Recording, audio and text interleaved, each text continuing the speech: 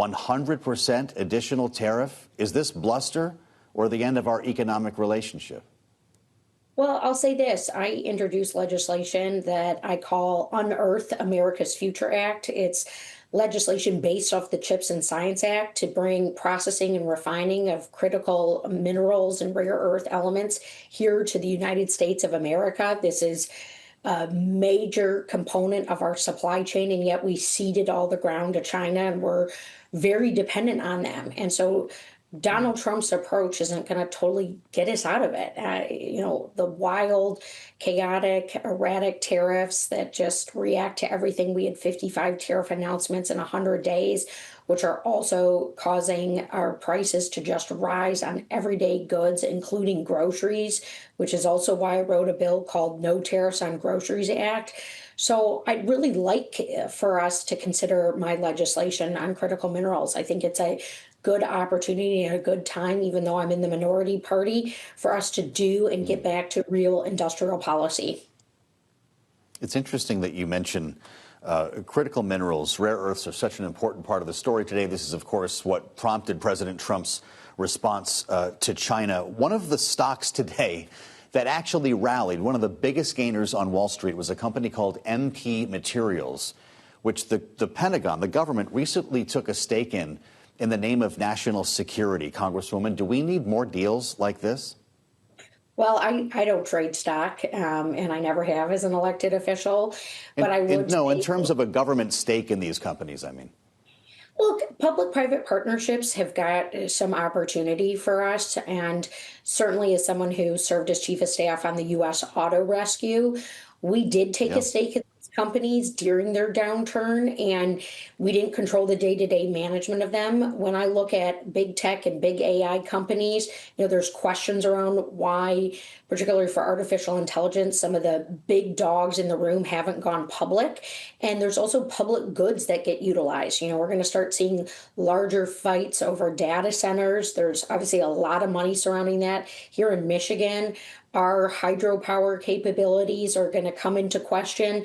And yet we also have very old water pipes in my state. And who's going to pay for the fixing of 100-year-old pipes? I don't want to saddle my consumers with that. So some of those public-private partnerships could be interesting arrangements.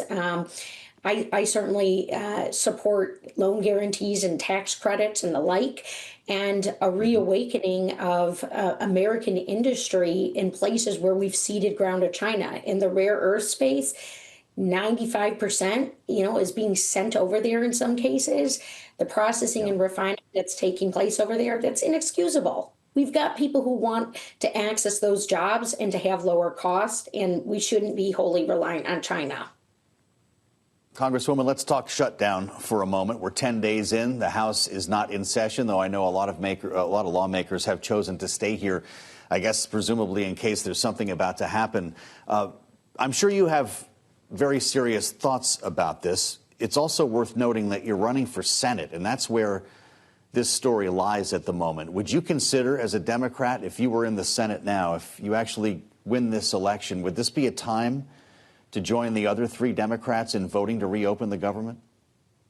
Look, I've done my part in the House, and I did vote alongside the people of Michigan and their pocketbooks. I'll be very clear with you. We are in a healthcare crisis, and the responsibility of this moment is with the governing party. And what they are not doing is working in a very reasonable way with the other side of the aisle to keep the government funded. And the people who are paying the price are Michiganders. And I see this everywhere I go. The rising costs of food, that is, grocery bills that are going on credit cards, 700,000 Michiganders who are going to lose their health care when these Medicaid cuts go into effect, and notices that were given in the summer from this tax bill to Michiganders about their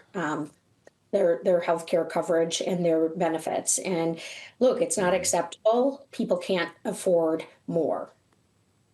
Do you need a promise for a vote, or an actual deal with a timeline on the extension of Obamacare subsidies to warm up to the CR? This is not how we should be negotiating. Clearly, this extenuating circumstance, and your previous speaker also just admitted that the Democrats are making a point, and the Republicans and the administration should come to the table.